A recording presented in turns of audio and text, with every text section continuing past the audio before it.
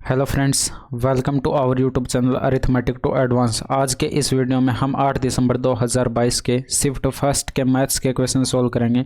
बाकी पीडीएफ आपको Telegram channel पर प्रोवाइड कर दी जाएगी, वहां से आप पीडीएफ को डाउनलोड करके रख सकते हैं। तो क्वेश्चन नंबर फर्स्ट के अंदर आपको ये दे रखा है कि गुणनखंड जो है इनमें से कौन सा होगा। तो यहाँ पर इसका गुणनखंड करिए और बताना है आपको कौन सा होगा। तो यहाँ पर देखिए एक्स स्क्वायर दे रखा है, ये एक्स स्क्वायर दे रखा है, मल्टीप्लाई करेंगे तो एक्स की पावर 4 आएगा और यहाँ पर एक्स की पावर 4 कहीं पर है नहीं, तो ये नहीं होगा। इसी तरह से ये भी नहीं होगा। तो या तो ऑप्शन नंबर फर्स्ट होगा या ऑप्शन नंबर 3 होगा। अब यहाँ पर y बराबर 0 मानेंगे तो ये 0 हो गया, ये 0 हो गया, x माइनस 4 बच गया और यहाँ पर x प्लस 2 बच गया। इसी तरह से यहाँ पर ये 0, x माइनस 4 और x प्लस 2। तो यहाँ पर y बराबर 0 जो है हम ले नहीं सकते, तो यहाँ पर x बराबर 0 मान लीजिए। और अब चेक करिए, यहाँ पर ऑप्शन नंबर फर्स्ट को अगर चेक करेंगे तो यहाँ पर x बराबर 0 रख दीजिए, तो माइनस का 2y आएगा, माइनस का 4 आएगा और यहाँ पर माइनस का 2 आएगा और प्लस का 2 आएगा। ब्रैकेट खोलेंगे तो यहाँ पर क्या बन रहेगा, यहाँ पर ये देखिए प्लस का 4y स्क्वायर बनेगा और यहाँ पर ये बनेगा माइनस का 4y और ये बनेगा प्लस का 8y और ये बनेगा माइनस का 8। इसको सरल करेंगे तो ये 4y स्क्वायर और ये प्लस का 4y बनेगा और ये यहाँ पर माइनस का 8। अब यहाँ पर x बराबर 0 लिया था, अब यहाँ पर भी x बराबर 0 रखेंगे तो ये कितना होगा, ये 0 हो जाएगा, ये 0 हो जाएगा, बचेगा क्या 4y स्क्वायर बचेगा, प्लस का 4y बचेगा और ये माइनस का 8 बचेगा। यानी कि हमारे पास ये आना चाहिए था और यहाँ पर ये आ रहा है, तो यानी कि ऑप्शन नंबर फर्स्ट जो है वो आपके पास करेक्ट है। अब ऑप्शन नंबर 3 जो है आप यहाँ पर खुद से चेक कर लेना क्या ऑप्शन नंबर 3 भी करेक्ट है। तो जवाब बिल्कुल नहीं, यानी कि ऑप्शन नंबर 3 के अंदर यहाँ पर जो है आप कैलकुलेट करके देख लेना। यहाँ पर माइनस की, यहाँ पर ये प्लस का 4y आ रहा है, वहाँ पर आएगा माइनस का 4y जो कि गलत होगा। 8 मीटर ऊंचाई और 10 मीटर तिर्यक ऊंचाई वाले एक लंबवर्तीय शंकु के वक्र का पृष्ठ क्षेत्रफल कैलकुलेट करना था, यानी कि पाई आर एल आपको बताना था। तो यहाँ पर जो है ये आपके पास 8 है और ये 10, तो त्रिज्या कितनी हो जाएगी, 6 हो जाएगी। यानी कि यहाँ पर पाई इंटू में 6 इंटू में ये तिर्यक लंबाई जो है वो आपको 10 दे रखी थी, हाइट आपको 8 दे रखी थी, तो यहाँ पर ये इंटू में 10 करेंगे 60 पाई मीटर स्क्वायर। बस इतना सा आपको करना था। बाकी आप यहाँ पर त्रिज्या का आप अगर फॉर्मूला लिखना चाहें तो ये एक पाइथागोरस प्रमेय से आता है, यानी कि यहाँ पर ये एल का स्क्वायर कर दीजिए और माइनस हाइट का स्क्वायर कर दीजिए। तो ये अंडर रूट के अंदर यहाँ पर 10 का स्क्वायर और माइनस के अंदर 8 का स्क्वायर करेंगे तो यहाँ पर अंडर रूट के अंदर 36 आएगा और 36 का वर्गमूल 6 आएगा। तो ये आपको करना था। नेक्स्ट देखिए, ABCD एक वर्ग है और त्रिभुज MAB एक समबाहु त्रिभुज है, MC और MD जुड़े हुए हैं और एंगल MDC जो है ये आपको बताना था, यानी कि ये वाला एंगल आपको कैलकुलेट करके बताना था। अब यहाँ पर देखिए ये जो वर्ग है, अब यहाँ पर आपको ये दे रखा था MAB क्या है, एक समबाहु त्रिभुज है, यानी कि ये भुजा इसके बराबर होगी, यानी कि ये सारी भुजाएं आपस में क्या होंगी, बराबर होंगी और ये भुजाएं बराबर होंगी। तो ये भी यहाँ पर वर्ग की भुजा है, तो ये यहाँ पर वर्ग है इसलिए इसकी चारों भुजाएं भी आपस में क्या होंगी, बराबर होंगी। तो ओवरऑल देखा जाए तो ये सारी भुजाएं जो है आपस में बराबर होंगी। अब आपको पता है यहाँ पर वर्ग के अंदर जो है ये 90 डिग्री का एंगल बनता है और समबाहु त्रिभुज के अंदर ये 60 डिग्री का एंगल बनता है। ओवरऑल देखा जाए तो ये 150 डिग्री का एंगल बना। अब यहाँ पर ये समबाहु त्रिभुज है, MAD क्या है, एक समद्विबाहु त्रिभुज है। तो ये समबाहु त्रिभुज है तो ये दोनों एंगल क्या होंगे, बराबर बराबर होंगे और इन दोनों का योग 30 डिग्री, यानी कि ये 150 डिग्री हो गया और ये 30 डिग्री बचा तो ये 15-15 डिग्री के हो जाएंगे, यानी कि ये भी 15 डिग्री और ये भी 15 डिग्री। अब यहाँ पर ये वाला एंगल पूरा क्या था, 90 डिग्री का था, 90 डिग्री में से माइनस कर दीजिए 15 डिग्री, यानी कि एंगल MDC का माप आ जाएगा। एंगल MDC इक्वल क्या आ जाएगा, 90 डिग्री माइनस 15 डिग्री, तो ये कितना बचेगा, 75 डिग्री बच जाएगा, यानी कि आपके पास करेक्ट आंसर होगा। नेक्स्ट देखिए, यहाँ पर निम्न तालिका 1993 से 1998 तक विभिन्न प्रकार के दोपहिया वाहनों के उत्पादन को दर्शाती है। 1996 की तुलना में 1998 में सभी प्रकार के दोपहिया वाहनों के कुल उत्पादन में कितने प्रतिशत की वृद्धि हुई है कैलकुलेट करके बताना था, यानी कि 1996 का देखना था, 1998 का। और कुल उत्पादन यहाँ पर देखिए ये 268 से कितना हो जा रहा है, यानी कि यहाँ पर ये 334 हो रहा है। कितने का इंक्रीमेंट आपको देखने को मिला, 66 का। यहाँ पर देखिए 32 और ये ऊपर 34, यानी कि 66 का इंक्रीमेंट हुआ। तो 66 का इंक्रीमेंट हुआ कितने पर, 268 पर। और गुणा कर दीजिए 100 से, तो परसेंटेज में आपके पास प्रतिशत वृद्धि आ जाएगी। 4 से कटेगा ये 6 चौके 24 और ये 7 चौके 28 और ये 4 से कटेगा ये 25। अब यहाँ पर देखिए कैलकुलेशन से कैसे बचा जाए। यहाँ पर कैलकुलेशन से बचने के लिए 67 को लगभग जो है आप 66 यानी कि 66 के लगभग बराबर मान सकते हैं। तो यहाँ पर ये 66 से 66 क्या हो जाता, कट जाता और ये बचता क्या 25%। अगर आप यहाँ पर 67 का डिवाइड करते हैं यानी कि 25 को 66 से मल्टीप्लाई करते हैं फिर 67 से डिवाइड करते हैं तो 24.5 से कुछ जो है वैल्यू ज़्यादा आती है, यानी कि इसको लगभग जो है आप 25 करके लिखते हैं। तो इस तरह से जो है क्वेश्चन कैलकुलेशन से जो है बचा जा सकता है। ए समान समय अंतराल पर बी का पीछा कर रहा है। ए 8 बार कूदता है जबकि बी जो है 6 बार कूदता है, लेकिन ए द्वारा 7 कूदों में तय की गई दूरी ठीक वही है जो बी द्वारा 5 कूदों में तय की जाती है। ए और बी की चालों का अनुपात आपको बताना था। तो ए यहाँ पर 8 बार यहाँ पर ए जो है ये 7 बार कूदता है और ये बी जो है ये 5 बार कूदता है, तो डिस्टेंस जो है वो बराबर आती है। तो यहाँ से ए और बी की जो है कूदों का रेशियो आ जाएगा, यानी कि यहाँ पर ए और अनुपात बी कितना आ जाएगा, ये 5:7 आ जाएगा। जब ये 5:7 है तो यहाँ पर दिया क्या गया था कि ए जो है वो 8 बार कूदता है और यहाँ पर बी जो है वो 6 बार कूदता है। तो यहाँ पर इसको 8 से गुणा कर दीजिए और इसको 6 से गुणा कर दीजिए, 8 5 40 और ये आपके पास कितना हो जाएगा 7 6 42। तो यही रेशियो जो है आपके पास इनके चालों का अनुपात होगा, यानी कि 20:21 आ जाएगा। नेक्स्ट देखिए sin y बराबर x है, तो यहाँ पर इसकी वैल्यू कैलकुलेट करके बतानी थी। तो आपको डायरेक्ट इसका cos 2y का जो है फॉर्मूला याद होना चाहिए था। 1 - 2 sin स्क्वायर y होता है और sin y की वैल्यू x दे रखी है तो 1 - 2 x स्क्वायर हो जाएगा। नेक्स्ट देखिए ए बी केंद्र O वाले वृत्त का व्यास है। यदि P वृत्त पर एक बिंदु है और एंगल AOP बराबर 110 डिग्री है तो एंगल OBP कैलकुलेट करके बताना था। यानी कि आपको एक सर्किल यानी कि वृत्त दिया गया है और इसका एक व्यास भी आपको यहाँ पर दिया गया है। अगर व्यास मैं यहाँ पर खींचूँ तो ये इस वृत्त का क्या होगा, व्यास AB होगा।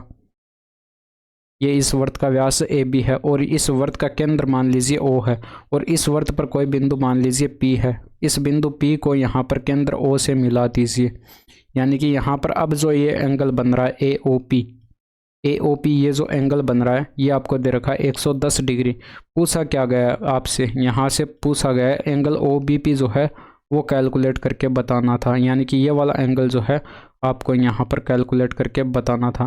तो आपको पता है कि जीवा द्वारा केंद्र पर बनाया गया कोण, अगर यहाँ पर मैं ए को पी से यहाँ पर मिला दूँ, ए को यहाँ से पी से मिला दूँ तो ये आपके पास क्या बनेगी, इस वृत्त की क्या होगी, जीवा होगी। और जीवा द्वारा जो है परिधि पर बनाया गया कोण केंद्र से बनाए गए कोण का क्या होता है, आधा होता है, यानी कि ये 55 डिग्री आपके पास आंसर हो जाएगा। नेक्स्ट देखिए इसका आपको मान बताना था, तो ये तो आपको डायरेक्ट याद होना चाहिए। यहाँ पर a + b का होल स्क्वायर करते हैं और इसमें माइनस करते हैं a - b का होल स्क्वायर, तो ये आपके पास 4ab आता है। ये आपको डायरेक्ट फार्मूला याद रखना था। सेम इसी तरह से अगर a + b का होल स्क्वायर और इसमें प्लस करते a - b का होल स्क्वायर तो ये आपके पास आता 2 × में a स्क्वायर प्लस का b स्क्वायर, यानी कि ये दोनों फॉर्मूले जो है आपको डायरेक्ट याद होने चाहिए और ये आपको पता भी होना चाहिए कि ये फॉर्मूले आए कैसे, यानी कि इनको सॉल्व करना भी आपको आना चाहिए। तो यानी कि ये आपके पास 2 फॉर्मूले हैं और इन दोनों फार्मूलों को आपको यहाँ पर याद रखना है। वेरी वेरी इंपॉर्टेंट फार्मूले हैं। नेक्स्ट देखिए एक दुकानदार 7% हानि पर कपड़ा बेचने का विज्ञापन करता है, लेकिन वास्तव में वह 1 मीटर लंबाई के गलत स्केल का उपयोग करके 24% लाभ प्राप्त कमाता है। 1 मीटर के स्केल के स्थान पर वह किस लंबाई का स्केल उपयोग कर रहा है, ये आपको बताना था। यानी कि 7% का यहाँ पर लॉस, यहाँ पर ये आपको 7% का लॉस दे रखा है, यानी कि 7% का मतलब 7/100, यानी कि 100 पर इसको 7 की हानि हो रही है, यानी कि 100 पर इसको 7 की हानि, यानी कि 100 की वस्तु ये 93 में बेच रहा है। तो यहाँ पर जो है ये गलत स्केल का उपयोग करता है। अब 1 मीटर की यहाँ पर ये लंबाई की स्केल थी, यानी कि गलत स्केल मान लीजिए x जो है मीटर की स्केल यूज़ करता है और सही स्केल जो है वो y मान लीजिए। अब इनका मल्टीपल कर दीजिए, यानी कि 100x आएगा और इनका मल्टीपल कर दीजिए 93y आएगा, यानी कि इनका रेशियो आपके पास कितना आ गया 100x और रेशियो 93y। अब यहाँ पर दे रखा था कि 23 या 24% का इसको प्रॉफिट होता है। अब यहाँ पर ये ध्यान रखिएगा, ये x जो है ये गलत स्केल का माप है, ठीक है, गलत स्केल, और इसी की लंबाई आपको कैलकुलेट करके बतानी थी। और यहाँ पर ये 24% का मतलब 24 डिवाइडेड बाय 100, यानी कि 100 पर क्या हो रहा है 24%, ये 24 का जो है प्रॉफिट हो रहा है, 100 पर 24 का प्रॉफिट हो रहा है। तो ये बराबर किसके आ जाएगा 100 से 100 रेशियो 124, यानी कि 100 पर 24 का, यानी कि 100 से 124 हो रहा है। अब यहाँ पर जो है ये रेशियो क्या हो जाएगा बराबर हो जाएगा, यानी कि 100x रेशियो 93y जो है ये बराबर इसके दे रखा है 100 रेशियो 124। यहाँ से 100 से 100 कट जाता, ये 93 इधर ऊपर आ जाता, यानी कि x रेशियो y जो है वो आपके पास कितना आया 93 रेशियो 124। अब यहाँ से ये 31 से कट रहा है, यानी कि 31 का 3 गुना ये दे रखा है और 31 का 4 गुना ये दे रखा है। अब यहाँ पर आपको y की वैल्यू आपको दी गई थी क्वेश्चन में, यानी कि y की वैल्यू कितनी दी गई थी 1 मीटर, यानी कि y जो है वो सही माप है और 1 मीटर की ये स्केल है, और 1 मीटर के अंदर कितने सेंटीमीटर होते हैं 100 सेंटीमीटर होते हैं। तो यानी कि ये y कितना आया 4 यूनिट आया, और 4 यूनिट की वैल्यू कितनी है 100 सेंटीमीटर है, यानी कि कितना गुना हो रहा है 25 गुना हो रहा है। तो ये आपके पास 3 यूनिट की वैल्यू, यानी कि गलत स्केल का माप कितना हो जाएगा x आपको यहाँ पर 3 यूनिट दे रखा है, तो 3 यूनिट की वैल्यू कितनी हो जाएगी 3 इंटू में ये भी आपके पास 25 हो जाएगा, यानी कि 75 सेंटीमीटर जो है वो आपके पास करेक्ट आंसर होगा। नेक्स्ट देखिए, नीचे दी गई तालिका 5 विभिन्न शहरों में स्मारकों की संख्या को दर्शाती है। बी में स्मारकों की संख्या, डी में स्मारकों की संख्या से अनुपात क्या है, यानी कि यहाँ पर 30 है और यहाँ पर ये आपके पास 150 है। तो बी का डी के साथ रेशियो कैलकुलेट करना था, तो 30 रेशियो 150 अगर करते तो ये सीधा आपको दिखाई पड़ रहा है 1:5 आ जाता, यानी कि कुछ लिखने की भी आवश्यकता यहाँ पर नहीं पड़ती। नेक्स्ट देखिए, m और n दो धनात्मक वास्तविक संख्या हैं और यहाँ पर 9m² plus n² equal to आपको ये दे रखा है 40। तो mn बराबर 4 है, तो mn 3m प्लस n का मान आपको कैलकुलेट करके बताना था। तो यहाँ से अगर इसको सोल्व करते तो ये 9m² दे रखा था, ये 9m² को आप क्या लिख सकते हैं 3m का होल स्क्वायर लिख सकते हैं, ऐसे लिख सकते हैं, और ये प्लस का n² दे रखा था। अब यहाँ पर मैं 6mn जो है ऐड करूँगा, अब ये ऐड क्यों किया है वो अभी आपको पता चल जाएगा। और इधर बराबर, अब मैंने इधर 6mn ऐड किया तो इस बराबर की साइड में भी 6mn ऐड करना पड़ेगा, क्योंकि वैल्यू हमें बराबर करनी पड़ेंगी। और mn की वैल्यू, सॉरी यहाँ पर mn होगा, और mn की वैल्यू जो है वो कितनी दे रखी है 4 दे रखी है। तो ये यहाँ पर mn जो है वो कितना हो जाएगा, ये 4 हो जाएगा, तो 6 चौके 24 यानी कि 64 हो जाएगा।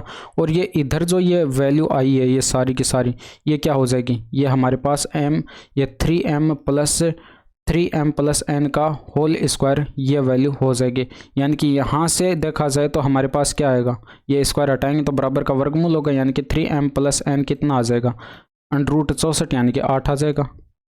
तो यह ऑप्शन नंबर 2 जो है वो आपके पास करेक्ट होगा। नेक्स्ट देखिए, एक मिश्रण में दूध और पानी का अनुपात क्रमशः 5:3 है और 7 लीटर पानी मिलाने पर दूध का पानी से अनुपात जो है 1:2 हो जाता है, यानी कि मिल्क एंड वाटर का रेशियो पहले कितना दे रखा है 5:3 दे रखा है। अब मिलाया गया पानी, यानी कि मिल्क तो सेम रहना चाहिए था, यानी कि ये पानी मिलाने के बाद जो है रेशियो मिल्क एंड वाटर का क्या हो रहा है 1:2 हो रहा है, यानी कि मिल्क को बराबर करने के लिए यहाँ पर 5 से मल्टीप्लाई करेंगे तो ये 5:10 हो जाएगा। अब मिल्क तो 5 यूनिट है, बराबर हो गया, यानी कि यहाँ से देखा जाए तो पानी में कितने का डिफरेंस आपको दिखाई पड़ रहा है, यानी कि 7 यूनिट का यहाँ पर डिफरेंस दिखाई पड़ रहा है। अब 7 यूनिट का डिफरेंस आपको दिखाई पड़ रहा है, 7 यूनिट की वैल्यू कितनी होगी, क्योंकि पानी यहाँ पर 7 लीटर मिलाया गया था, तो 7 लीटर मिलाया गया था, यानी कि 7 का कितना गुना दे रखा है 1 गुना दे रखा है। तो मिल्क पूछा गया था, तो मिल्क कितना हो जाएगा, ये 5 यूनिट मिल्क था, यानी कि 5 इंटू में 1 करते तो ये भी आपके पास 5 लीटर आता, 5 लीटर जो है वो आपके पास करेक्ट आंसर होगा। नेक्स्ट देखिए, दी गई तालिका विभिन्न महीनों में विभिन्न उत्पादों की इकाइयों के उत्पादन को दर्शाती है। वाई का कुल उत्पादन जेड के कुल उत्पादन का कितना प्रतिशत है, ये कैलकुलेट करना था, यानी कि वाई का उत्पादन जेड के उत्पादन का कितना प्रतिशत है ये कैलकुलेट करके बताना था। तो ये 13 और ये 17 ऐड करते तो ये कितना हो जाता 30 हो जाता, और 30 और ये 26 यहाँ पर ऐड करते तो ये 56 हो जाता। अब ये जो 56 आया है ये यहाँ पर जेड के कुल उत्पादन का कितना प्रतिशत है, जेड का टोटल कर लीजिए, यानी कि यहाँ पर 30 और 30 यहाँ पर ये 34 बनेगा, 30 और 34 64, और ये इसका कितना प्रतिशत है ये कैलकुलेट करना था, 8 8 64 8 7 56, 1/8 की परसेंटेज वैल्यू होती है 12.5%, यानी कि 7 इंटू में 12.5 करते तो ये कितना आता, 7 पंजे 35 हासिल, 3 12 सत्ते 84 और 3 87, यानी कि 87.5% जो है वो आपके पास करेक्ट आंसर होता। अब यहाँ पर a प्लस बी बराबर सी है, तो 10a इंटू में 10b इंटू में 10c का मान क्या होगा, ये कैलकुलेट करके बताना था। अब यहाँ पर पीछे वीडियो के अंदर मैंने आपको एक फॉर्मूला यहाँ पर बताया था कि 10x plus 10y plus 10z plus 10z जो है ये बराबर दे रखा हो 10x इंटू में 10y इंटू में 10z, ये बराबर दे रखा हो, तो यहाँ पर x प्लस वाई जेड जो है, x plus Y plus Z जो है ये आपके पास 0 होता है, यानी कि इसकी वैल्यू जो है वो 0 होती है। तो यहाँ से अगर देखा जाए तो ये c के यहाँ पर a और b को इधर पहुँचा दीजिए, यानी कि c minus a minus b equal to क्या आ जाएगा, 0 आ जाएगा। तो यहाँ से अगर देखें तो अगर यहाँ पर अगर मैं इसकी वैल्यू यहाँ पर रखूँ, c रख दीजिए, x की वैल्यू c रख दीजिए, इसकी वैल्यू माइनस a रख दीजिए और इसकी वैल्यू माइनस b रख दीजिए, और इसी तरह से यहाँ पर भी जो है इसकी वैल्यू क्या हो जाएगी। चलिए इसको ऐसे ही लिख दीजिए, यहाँ पर देखिए x की वैल्यू जो है वो a रख दीजिए, x की वैल्यू जो है वो माइनस a रख दीजिए, क्योंकि यहाँ पर ये माइनस a है और ये माइनस का b है, तो ये माइनस a हो जाएगा x की वैल्यू, और यहाँ पर जो है ये माइनस का b हो जाएगा, और ये आपके पास z की वैल्यू जो है वो c हो जाएगी, क्योंकि c जो है वो प्लस में है। अब इसी तरह से यहाँ पर भी आपको x की वैल्यू जो है वो माइनस a रखनी थी, और y की वैल्यू जो है वो माइनस b, और z की वैल्यू जो है वो c रखनी थी। तो यहाँ पर जो है ये आपको एक फॉर्मूला यहाँ पर ध्यान में होगा कि 10 अगर माइनस थीटा दे रखा हो, 10 माइनस थीटा दे रखा हो तो माइनस का चिन्ह बाहर आ जाता है, यानी कि ये वैल्यू जो है वो 10 थीटा हो जाती है। तो ये वाला फॉर्मूला जो है आपको यहाँ पर ध्यान में रखना था, यानी कि इसी फॉर्मूले को अगर यहाँ पर लगाएंगे तो आपके पास क्या आएगा, ये वैल्यू क्या आएगी, यानी कि ये आपके पास क्या बन जाएगा, ये यहाँ पर 10a माइनस में आएगा, और ये 10c प्लस में था, 10c को मैं पहले लिख लेता हूँ, 10c को पहले लिख लेता हूँ, और ये माइनस का 10a हो जाएगा, माइनस का चिन्ह बाहर आ जाएगा 10a, और ये माइनस का 10b हो जाएगा। अब यहाँ पर ये माइनस का चिन्ह यहाँ से भी बाहर आएगा और यहाँ से भी बाहर आएगा, यानी कि माइनस माइनस क्या हो जाएगा, प्लस हो जाएगा। तो ये आपके पास 10a बनेगा और इंटू में 10b बनेगा और इंटू में 10c बनेगा, यानी कि 10a इंटू में 10b इंटू में 10c की वैल्यू क्या आई है, ये आई है। तो ऑप्शन नंबर 4 जो है वो आपके पास करेक्ट होगा। नेक्स्ट देखें, 3 संख्याओं का महत्तम समापवर्तक कैलकुलेट करना था। तो यहाँ पर देखिए ट्रिक देखिए, यहाँ पर इन दोनों का डिफरेंस यहाँ पर आपको 230 दिखाई पड़ रहा होगा, 230 दिखाई पड़ रहा है। अब 230 का यहाँ पर फैक्टर करेंगे तो 230 का फैक्टर यहाँ पर आपको 11 है, नहीं है, तो यानी कि 11 नहीं है, 3 भी नहीं आएगा, यानी कि 7 भी नहीं आएगा, तो ये आपके पास हट जाएगा, और ये 5 जो है आपके पास ऑप्शन जो है वो करेक्ट हो जाएगा, क्योंकि यहाँ पर 230 का फैक्टर कर लीजिए, 5 का इसमें भाग देंगे तो 500 के 20, यानी कि 5 का भाग देंगे तो ये 500 के 20, और ये आपके पास इसमें 5 का जाएगा 500 के 20 और 5 के 30, यानी कि 46 बार जाएगा। तो 5 जो है इसके अंदर ऑप्शन के अंदर मैच हो रहा है, तो ऑप्शन नंबर जो है 4 वो आपके पास करेक्ट आंसर हो जाएगा, यानी कि 5 जो है वो आपके पास इसका सेफ हो जाएगा। 16 नंबर देखिए, यहाँ पर आपको दे रखा दी गई तालिका एक संगठन 2015 में इसकी स्थापना के बाद से विभिन्न श्रेणियों के कर्मचारियों में शामिल हुए नए कर्मचारियों की संख्या और हर वर्ष संगठन छोड़ने वाले इन श्रेणियों के कर्मचारियों की संख्या को दर्शाता है। तालिका का अध्ययन कीजिए और नीचे दिए गए प्रश्न का उत्तर दीजिए। तो यहाँ पर वर्ष 2019 में संगठन में कार्यरत लेखाकारों की कुल संख्या कितनी थी ये बताना था, यानी कि 2019 में लेखाकार ये रहे, शामिल इतने और छोड़ के इतने चले गए, तो शामिल हुए थे उन सभी का टोटल कर लीजिए कितना आएगा, ये 6 5 11, 11 और 5 16, 16 4 20 का 0 हासिल आती 2, और 3 2 5 2 7 1 8, 8 2 10 और 1 11, यानी कि 110 आता, और इन सभी का टोटल कर लीजिए, यानी कि 16 5 21, 21 8 29 होता, 21 8 कितना होता 29 होता, 29 30 59, 59 और 4, 59 और 4 कितना होता 63, और 63 और 20 83, यानी कि इनका सभी का टोटल 83 आता, माइनस कर देते, यानी कि यहाँ पर ये 27 का डिफरेंस आपको दिखाई पड़ रहा है। तो ऑप्शन नंबर 4 जो है वो करेक्ट आंसर होगा। 17वां देखिए, ABC में P और Q क्रम से AB और बी सी पर ए से बिंदु हैं कि पी क्यू समांतर है ए सी दिया गया है, तो यहाँ पर ए बी बराबर 26 और पी क्यू बराबर 7 और ए सी बराबर 10। तो यहाँ पर ए पी का मान आपको कैलकुलेट करके बताना था। तो यहाँ पर सबसे पहले एक त्रिभुज बनाऊँ ए बी सी। ये मान लीजिए आपके पास एक त्रिभुज है ए बी और सी। यहाँ पर ए बी भुजा पर यहाँ पर कोई बिंदु पी है, ए बी भुजा पर बिंदु पी है और पी बी सी भुजा पर बिंदु क्यू है। अगर मैं इन दोनों बिंदुओं को मिलाऊं यहाँ पर, तो ये एक पी क्यू रेखा बनेगी और ये जो पी क्यू रेखा है, यानी कि ये यहाँ पर एक पी क्यू रेखा बनेगी और ये जो पी क्यू रेखा है वो क्या दे रखी है आपको, वो ए सी के समांतर यानी कि ए सी के पैरेलल यहाँ पर दे रखा है। और ए बी आपको टोटल कितना दे रखा है, 26 यूनिट दे रखा है और पी क्यू कितना दे रखा है, 7 यूनिट और ए सी आपको यहाँ पर 10 यूनिट दे रखा है। अब आप यहाँ पर एक चीज़ देखिए, ये दोनों ट्रायंगल जो हैं यहाँ पर, ये जो आप देख रहे हैं ए ये बी पी क्यू, आप ये छोटा वाला ट्रायंगल और यहाँ पर ए बी सी ये पूरा ट्रायंगल, यानी कि ये दोनों आपस में क्या हैं, समरूप हैं। अब समरूप कैसे हैं वो भी देख लीजिए, यानी कि यहाँ पर ये वाला एंगल दोनों में उभयनिष्ठ है, बिल्कुल है, और यहाँ पर ये वाला एंगल इस एंगल के बराबर होगा क्योंकि यहाँ पर ये पी क्यू जो है वो पैरेलल दे रखी थी ए सी के, और ये वाला एंगल इसके एंगल बराबर होगा, यानी कि ट्रिपल ए समरूपता कसौटी से ये दोनों त्रिभुज क्या हैं, समरूप हैं। जब समरूप हैं तो इनके संगत भुजाओं के अनुपात भी क्या होंगे, बराबर होंगे, यानी कि पी क्यू का अनुपात जो है वो ए सी भुजा के साथ अनुपात है, वो कितना हो जाएगा, 7/10 हो जाएगा। अब यहाँ पर इन भुजाओं का अनुपात 7/10 है, तो इनकी सभी भुजाओं का, सभी संगत भुजाओं का अनुपात जो है वो भी आपके पास 7/10 होगा।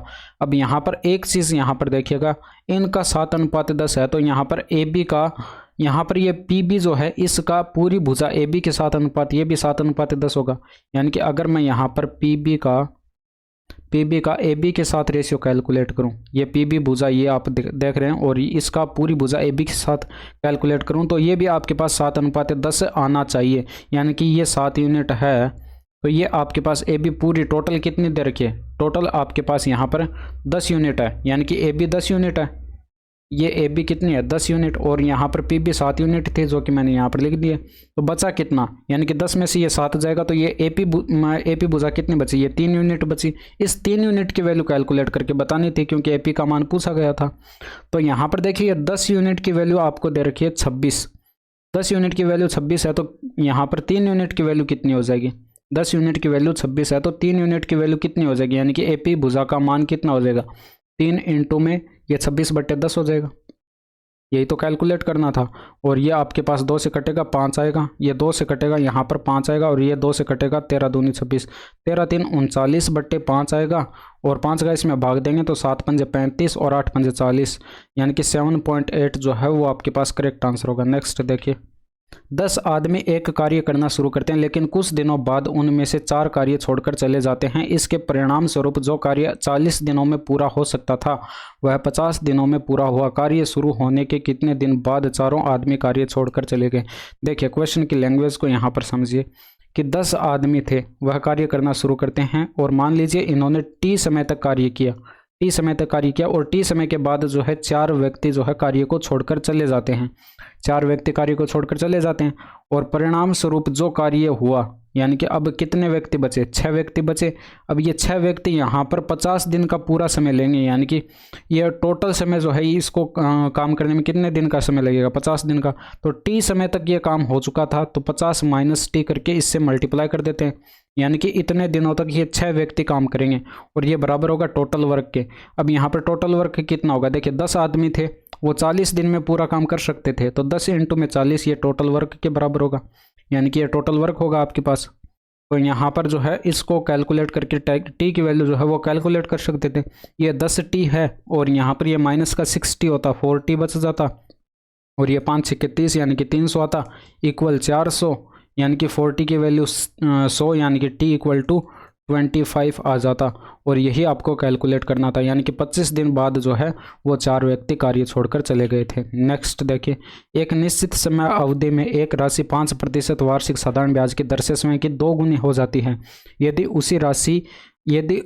उतनी ही राशि उतनी ही राशि उतनी ही अवधि में स्वयं की 5 गुनी हो जाती है तो ब्याज दर क्या थी, ये कैलकुलेट करके बताना था। सिंपल था। यहाँ पर मान लीजिए वो राशि पी थी और रेट ऑफ इंटरेस्ट 5 दे रखी थी, समय टी मान लीजिए और डिवाइड कर दीजिए 100 से। अब दे रखा है कि वह स्वयं की 2 गुनी हो जाती है, यानी कि 2p। ये 2p ये अमाउंट है, इसमें से माइनस करते ये प्रिंसिपल जो राशि हमने मानी थी p, तो ये आपके पास ब्याज आता और ये ब्याज कितना आता, p आता, यानी कि p बच जाता। ये 2p माइनस p करते तो, और ये p से ये p कट जाता 1 आता, और ये 5 से ये कट जाता 20 बार, यानी कि t की वैल्यू कितनी आती, 20 वर्ष आ जाती। यानी कि 20 वर्ष में ये राशि जो है स्वयं की 2 गुना हो जाती।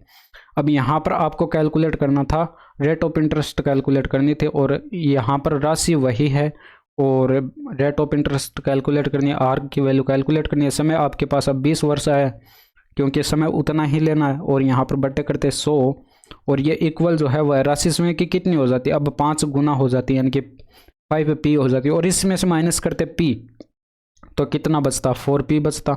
अब यहाँ से भी ये p से p कट जाता, और यहाँ पर ये 20 से कटता 5 बार, और ये 500 के 20, यानी कि r इक्वल टू 20% जो है रेट ऑफ इंटरेस्ट आ जाती। नेक्स्ट देखिए, 20% की सांद्रता वाले H2SO4 के 100 ml घोल को 15% सांद्र XML मिश्रण के साथ इस तरह मिलाया जाता है कि शुद्ध मिश्रण यानी कि 30% सांद्र हो, तो x का मान आपको कैलकुलेट करना था। तो यहाँ पर ये देखिए H2SO4 दे रखा है, H2SO4 यहाँ पर ये मिक्सचर दे रखा है अलग से, ये मिक्सचर।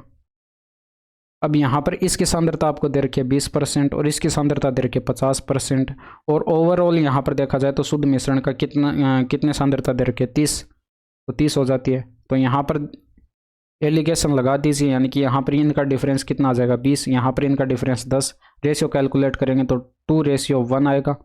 अब यहाँ पर ये 100 ml जो है H2SO4 का यहाँ पर आपको आयतन बताया गया था, यानी कि 100 ml था, यानी कि ये 100 ml आपको दे रखा था। कितना गुना दे रखा है, यानी कि 50 गुना दे रखा है।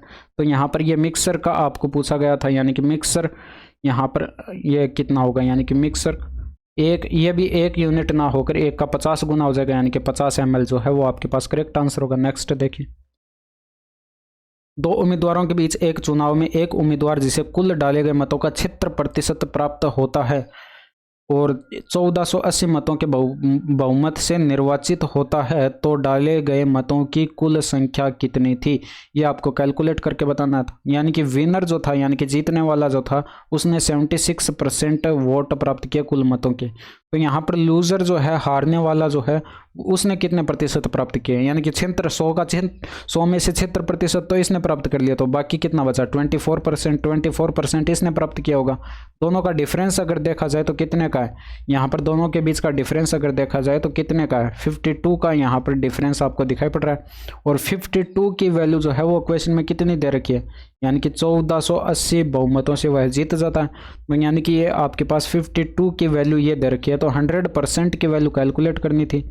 तो 100% कितना हो जाएगा, 100 इंटू में ये आपके पास 1480 होता और बट्टे कर देते 52। अब यहाँ पर देखिए 13 से ये 4 से कट रहा है, तो 4 से 13 बार कटेगा, और ये 4 से कटेगा 4 त्रिका 12, और यहाँ पर 2 बचेगा 700 के 28, और ये 0, यानी कि ऊपर आ जाएगा 37,000 और बट्टे में आपके पास आ जाएगा 13 का इसमें भाग देते तो कितने बार जाता, तो 13 दूनी 26, और 13 दूनी 26 और शेषफल बचता 11 उतारते 0, और 13 अट्ठे 104 और शेषफल बचता 6 उतारते 0, और 13 पंजे 65 तो ज़्यादा चला जाएगा, और 13 चौके 52। जैसे ही 4 यहाँ पर आंसर मैच हो गया, यानी कि 2846 आएगा। अब ये पॉइंट के अंदर भी आएगा, यानी कि भाग पूरा तो जाएगा नहीं, तो लगभग में आपको कैलकुलेट करके बताना था, तो लगभग में ये वैल्यू कैलकुलेट होकर आएगी। नेक्स्ट देखिए, एक व्यापारी अपनी वस्तुओं को क्रय मूल्य से 15% अधिक पर अंकित करता है और नगद भुगतान के लिए 5% की छूट देता है, उसका लाभ प्रतिशत बताना था। तो 5% की यहाँ पर फ्रैक्शन वैल्यू कितनी हो जाएगी, 3/20, यानी कि 20 पर 3 का प्रॉफिट, 20 से 3 अधिक अंकित करता है, यानी कि 20 अगर उसका कॉस्ट प्राइस था तो मार्क प्राइस कितना हो जाएगा, इससे 3 अधिक इसने अंकित किया, यानी कि यहाँ पर कितना हो जाएगा, ये 23 हो जाएगा। अब सेलिंग प्राइस यहाँ पर देखा जाए तो यहाँ पर नकद भुगतान के लिए वह 5% की छूट भी देता है, यानी कि 23 का कितना 95% जो है 5% की छूट दे दी गई है, तो 95% जो है यहाँ पर इसका सेलिंग प्राइस रहा होगा, यानी कि 95% कैलकुलेट करेंगे तो ये 5 से कटेगा 19 5 95, और ये 5 से कटेगा 20 बार, अब ये 19 से ऊपर गुणा कर दीजिए, यानी कि 19 3 57 हासिल 5 19 दूनी 38 5 43 और ये बट्टे में 20 20 का भाग इसमें देते तो 20 दूनी 40 और यहाँ पर 20 दूनी 40 3 बस्ता उतारते 7 और 20 एकम 20 और यहाँ पर 17 बस्ता पॉइंट 20 अट्ठे 160 और 10 बस्ता 20 पंजे 100, यानी कि 21.85 आपके पास 21.85 जो है ये आता सेलिंग प्राइस। यहाँ से अगर देखा जाए तो कितने का यहाँ पर प्रॉफिट हो रहा है, 20 की वस्तु जो है 21.85 में बेची जा रही है, यानी कि कितने ज़्यादा में बेची जा रही है, 1.85 अधिक में बेची जा रही है। तो 1.85 का प्रॉफिट हुआ कितने पर, 20 पर गुणा कर दीजिए 100 से, तो ये प्रॉफिट परसेंटेज आ जाता है, यानी कि 20 से कटता है ये 5 बार, 5 से इसको मल्टीप्लाई कर देते 5 पंजे 25 और हासिल आती है आपके पास 2 8 पंजे 40 2 42 हासिल आती 4 5 4 9, यानी कि 9.25% जो है आपके पास ये प्रॉफिट आता। नेक्स्ट देखिए, किसी संख्या को 221 से विभाजित करने पर शेषफल 30 रहता है, यदि उसी संख्या को 13 से विभाजित किया जाए तो शेषफल ज्ञात करना था। तो ये जो शेषफल आया है यहाँ पर इसको इसमें विभाजित करने से, यानी कि इस भाजक में 30 ऐड कर दीजिए, यानी कि इसमें 30 ऐड करेंगे तो ये आपके पास भाज्य आ जाएगा, यानी कि कितना आ जाएगा, ये 251 आ जाएगा। अब 251 को 13 से डिवाइड करके देखना था, यानी कि 251 को 13 से डिवाइड करते तो कितना शेषफल बच जाता, यानी कि 13 एकम 13 शेषफल बचता 12 का उतारते 1 और 13 नमा 117, यानी कि शेषफल यहाँ पर 4 बच रहा है। तो शेषफल 4 बच रहा है तो ऑप्शन नंबर फर्स्ट जो है वो आपके पास करेक्ट आंसर होता है। नेक्स्ट देखिए, 7 सेंटीमीटर त्रिज्या वाले 3 वर्तों को आपस में स्पर्श कराते हुए रखा गया, इन तीनों वर्तों के चारों ओर एक धागा कसकर बांधा गया। अब यहाँ पर देखिए 3 वर्त मैं यहाँ पर बना लेता हूँ 7-7 सेंटीमीटर के, यानी कि ये आपके पास एक सर्कल है। इसी तरह से यहाँ पर 2 अन्य सर्कल भी हैं जिनको आपस में क्या किया गया, स्पर्श कराते हुए रखा गया। अब इन तीनों वर्तों के चारों ओर, यानी कि यहाँ से अगर देखा जाए तो ये आपके पास यहाँ से ये होती हुई जाएगी डोरी, यानी कि इन तीनों के चारों ओर जो है कसकर डोरी बांधी जाएगी, यानी कि इन तीनों के चारों ओर से कसकर डोरी बांधी जाएगी। तो ये डोरी कुछ इस प्रकार से बंधेगी इस तीनों के चारों ओर, यानी कि यहाँ से यहाँ तक और यहाँ से यहाँ तक, इस तरह से ये जो है इन तीनों के चारों ओर जो है कसकर डोरी बांधी जाती है। इस डोरी की लंबाई आपको बतानी थी, यानी कि इनके चारों ओर जो डोरी आएगी उसकी लंबाई कैलकुलेट करके बतानी थी। तो उसकी लंबाई क्या हो जाएगी, यानी कि उसकी लंबाई का फॉर्मूला आपको यहाँ पर ध्यान में रखना था, ND प्लस के अंदर 2πr सेंटीमीटर। अब यहाँ पर जो है n जो है वो आपके पास वर्तों की क्या है, संख्या है, यानी कि यहाँ पर 3 वर्त हैं तो n की वैल्यू कितनी हो जाएगी, 3 हो जाएगी। और डायमीटर यहाँ पर यानी कि 7 सेंटीमीटर इसकी त्रिज्या है तो d कितना हो जाएगा, त्रिज्या का 2 गुना यानी कि व्यास होता है, यानी कि 7 दूनी 14, यानी कि 14 आपके पास ये हो जाएगा। तो d की जगह 14 रखेंगे और प्लस के अंदर 2 और पाई को यहाँ पर क्वेश्चन इस ऑप्शन में p लिखा गया और r की वैल्यू जो है वो आपके पास कितनी है, 7 है। तो इसको सॉल्व करके लिखेंगे तो यह 14 3 42 और प्लस के अंदर 7 दूनी 14 p जो है सेंटीमीटर में आपके पास करेक्ट आंसर आता। नेक्स्ट देखिए, यहाँ पर आपको ये दे रखा था तो आपको यहाँ पर x² / 8², इसकी वैल्यू जो है ये कैलकुलेट करके बतानी थी। तो सिंपल था, यहाँ पर देखिए ये 8 जो है इधर लेकर आइए, यानी कि x/8 हो जाएगा, यानी कि ये 8 यहाँ से हट जाएगा और ये बटे 8 यहाँ पर आ जाएगा और ये यहाँ पर ये 9 हट जाएगा और ये बटे 9 यहाँ पर आ जाएगा। अब दोनों तरफ स्क्वायर कर दीजिए, यानी कि इधर भी स्क्वायर कर दीजिए, इधर भी स्क्वायर कर दीजिए और इधर भी स्क्वायर कर दीजिए, इसका भी स्क्वायर कर दीजिए और इसका भी स्क्वायर कर दीजिए। अब इनको जोड़ा गया था, यानी कि इनको जोड़ेंगे x² / 8² प्लस y² बटे 9 स्क्वायर करेंगे तो ये बराबर के एक साइड वाले ये भी आपस में क्या हो जाएंगे, जुड़ जाएंगे, यानी कि साइन थीटा प्लस का कोस थीटा का होल स्क्वायर होता और ये प्लस के अंदर ये भी आपके पास इधर वाला ये जुड़ जाता, यानी कि साइन थीटा और माइनस के अंदर कोस थीटा। अभी मैंने आपको पीछे एक फॉर्मूला बताया था कि a + b का होल स्क्वायर और a - b का होल स्क्वायर ऐड करते हैं तो क्या आता है, यानी कि अगर इसको a मान लिया जाए, इसको a मान लीजिए और इसको b मान लीजिए तो ये a + b हो रहा है और इसका स्क्वायर हो रहा है और ये भी आपके पास क्या हो रहा है, a माइनस हो रहा है और b हो रहा है और इसका भी क्या दे रखा है, स्क्वायर दे रखा है और इन दोनों को जोड़ा गया है तो ये बराबर किसके होगा, ये आपके पास 4ab नहीं, ये 2 × में a² + b² होगा, यही तो होगा। और यानी कि ये आपके पास कितना आएगा, 2 × में a की जगह अब आप यहाँ पर साइन थीटा माना था, a की जगह साइन थीटा माना था तो साइन थीटा का स्क्वायर हो जाएगा, sin² थीटा और प्लस के अंदर b की जगह क्या माना था, कोस स्क्वायर थीटा माना था, यानी कि ये कोस थीटा माना था तो कोस स्क्वायर थीटा हो जाएगा। और sine square theta plus cos square theta की वैल्यू 1 होती है, यानी कि 2 इंटू में 1, तो आंसर 2 आ जाता। तो ये इतना आपको करना था, यानी कि इतना आप करते तो इतना लिखने की आवश्यकता नहीं है, यहीं पर आपको पता चल जाता कि आंसर 2 आता। तो ऑप्शन नंबर 2 जो है वो आपके पास करेक्ट होता। तो ये थे आज के 25 questions. That's all for today. Thank you, धन्यवाद, बाय बाय, टेक केयर।